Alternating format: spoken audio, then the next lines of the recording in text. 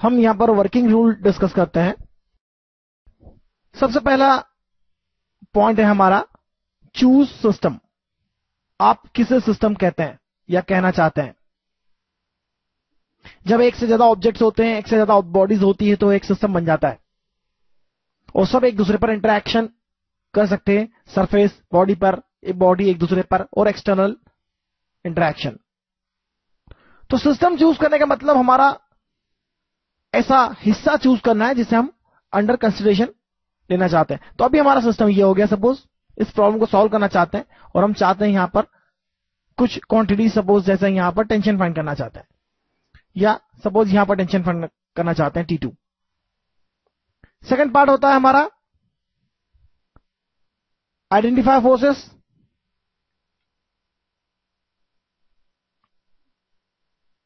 हमने जितने भी फोर्सेस के बारे में बात करी है, सारे फोर्सेस आइडेंटिफाई करना चाहिए हमें। तो चलिए आइडेंटिफाई करते हैं सारे forces.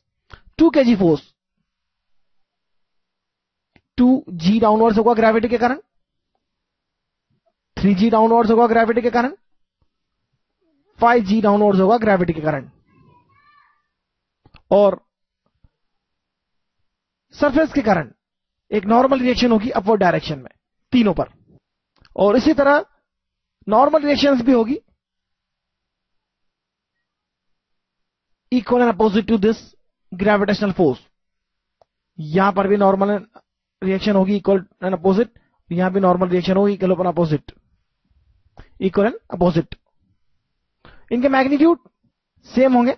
Suppose n1 is 2g, n2 is 3g, same to the force applied by the gravity, n3 is equal to 5g। ऐसे क्वेश्चंस में एक बात बहुत क्लियरली लिखी हुई होती है, अगर अच्छी एग्जाम का क्वेश्चन है, कि यह स्ट्रिंग हॉरिजॉन्टल है।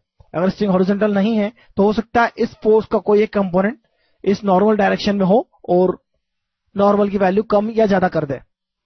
इसलिए इसी केस में हमने यहां एज्यूम किया है कि यह स्ट्रिंग हॉरिजॉन्टल है। अगर हॉरिजॉन्टल नहीं है तो इसका कोई भी कंपोनेंट वर्टिकल डायरेक्शन में नॉर्मल रिएक्शन को कम या ज्यादा कर सकता है। तो फिलहाल तो सभी बैलेंस है। इसके अलावा अभी और फोर्सेस आइडेंटिफाई करना बाकी है। T1 टेंशन यहां पर भी होगा, क्योंकि स्ट्रिंग जहां जहां पर बंधी होती है उन पॉइंट्स को पुल करती है टेंशन। T2 यहां पर भी होगा, टेंसाइल फोर्स यहां पर भी होगा,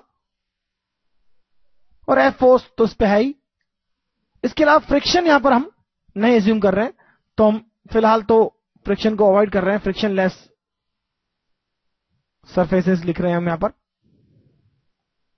इसलिए फ्रिक्शन यहां पर नहीं है, और फ्रिक्शन के कारण फ्रिक्शन की रिएक्शन भी यहां पर नहीं है।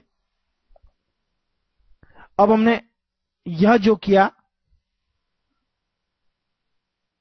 Mac free body diagram. अब हम चाहते हैं फ्री बॉडी डायग्राम बन जाए, तो हमने फोर्सेस को ड्रॉ कर लिया है, तो हमारा फ्री बॉडी डायग्राम बन गया है। हम चाहे तो किसी एक ऑब्जेक्ट को लेकर भी उसका फ्री बॉडी डायग्राम बना सकते हैं। सपोज उस 2 kg को यदि आप लेते हैं तो उसका फ्री बॉडी डायग्राम अलग से बनाया जा सकता है। 2g downwards, normal reaction upwards equal to 2g numerically, tension due to string T1 and so. और एक्सेलरेशन, ऑब्वियसली एक्सेलरेशन होगा इन सब के कारण। अब इसके बाद हमारा चौथा काम बचता है choose axis and right equations.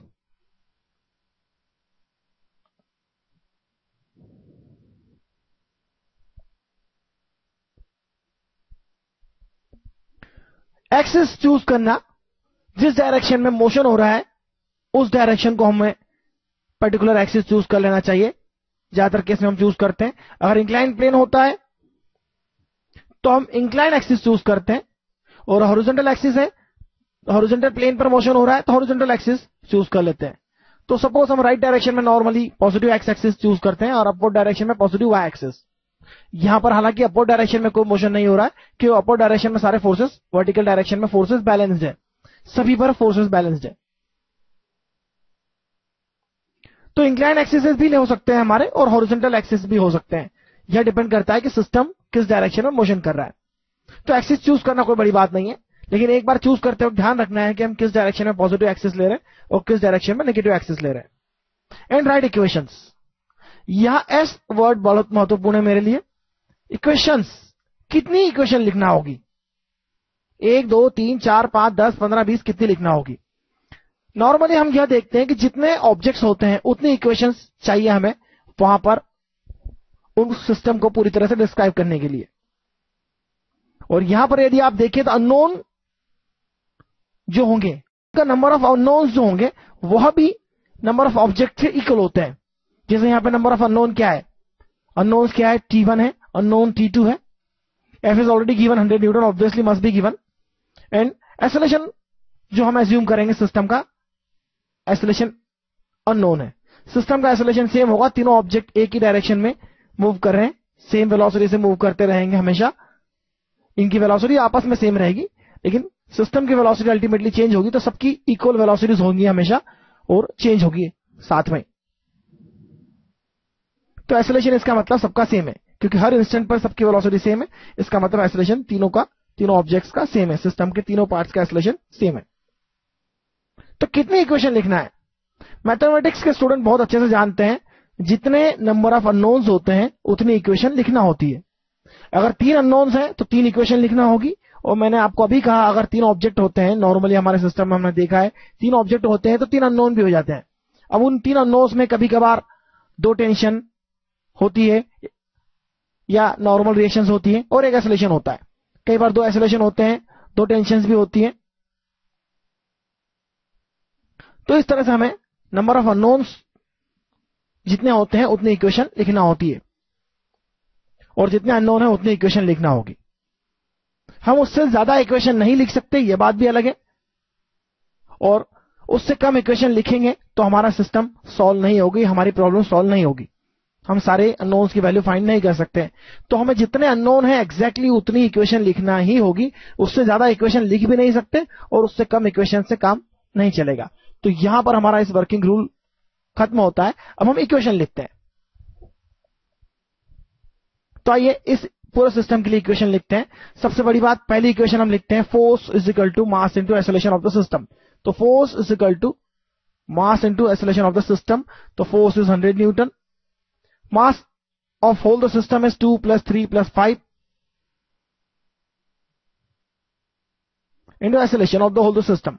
यहां से यदि सिंप्लीफाई करें तो आप एक्सेलरेशन की वैल्यू फाइंड कर सकते हैं। एक्सेलरेशन हो जाएगा 5 + 2 + 3 10 and 100 divide by 10। So acceleration is 10 metre per second square. और यदि आप T1 की वैल्यू फाइंड करना चाहते हैं तो आप देखिए, इसको आपने एक सिस्टम माना है और इस सिस्टम पर 2 kg ऑब्जेक्ट पर कितने हॉरिजॉन्टल डायरेक्शन में फोर्सेस है? T1, only T1 is the force in the horizontal direction. तो T1 is equal to mass of the body into acceleration of the body. इसे लिखते हैं तो T1 हो जाएगा mass is 2 kg and acceleration हमने फाइंड किया 10। So T1 is 20 newton simply. और इसी तरह से आप थर्ड इक्वेशन लिखेंगे सेकंड ऑब्जेक्ट के लिए। और थर्ड इक्वेशन सेकंड ऑब्जेक्ट के लिए लिखेंगे तो आपको क्या देखना चाहिए? एक्सेलरेशन किस डायरेक्शन में आपने लिया है? राइट साइड में। तो राइट साइड में जो फोर्सेस है उसे पॉजिटिव लीजिए। T2 पॉजिटिव हो गया माइनस T1, T1 निगेटिव हो गया क्योंकि ऑपोजिट डायरेक्शन में इस पर forces. T2 forward, T1 backward direction में है। हॉरिजॉन्टल की बात कर रहे हैं क्योंकि एक्सेलरेशन हॉरिजॉन्टल है केवल। This is equal to mass into acceleration of the object. Mass 3, acceleration A, क्योंकि तीनों का एक्सेलरेशन A है। यहां से सिंप्लीफाई करते हैं तो T2 की वैल्यू हो जाएगी T1 that is 20 plus mass 3 acceleration 10। So it comes out to be 30 + 20 that is 50 newton. तो इस तरह से हम प्रॉब्लम को सॉल्व कर सकते हैं। बहुत आसान प्रॉब्लम है। कुछ एग्जांपल्स हम देख लेते हैं इस पर, तो हमें और अच्छे से क्लियर होगा कंसेप्ट। लेकिन हम जनरली वर्किंग रूल को तो हैबिचुअल हो जाते हैं, इन सबको याद रखने की जरूरत नहीं होती है। सीधे सीधे आप अपना सिस्टम चूज करिए, फोर्सेस आइडेंटिफाई करते चलिए, फ्री बॉडी डायग्राम बनाइए, जितनी फोर्सेस जरूरत है आप डायग्राम ड्रॉ करिए और एक्सिस चूज करिए और इक्वेशन लिखिए। आजकल short and sweet simple problems पूछी जाती, कंसेप्ट हमें ध्यान रखना होते हैं। तो आपको कितनी प्रॉब्लम्स लिखना है, IIT JEE लेवल की प्रॉब्लम्स आप लास्ट ईयर की देख लेंगे तो आपको अच्छे से क्लियर हो जाएगा कि आपको कितनी तरह की इक्वेशंस लिखना होती है और कैसे प्रॉब्लम सॉल्व करते हैं। काफी इंटरेस्टिंग भी रहता है और सिंपल भी है, कोई मुश्किल नहीं आना चाहिए मेरे ख्याल से आपको। तो आइए आगे देखते हैं।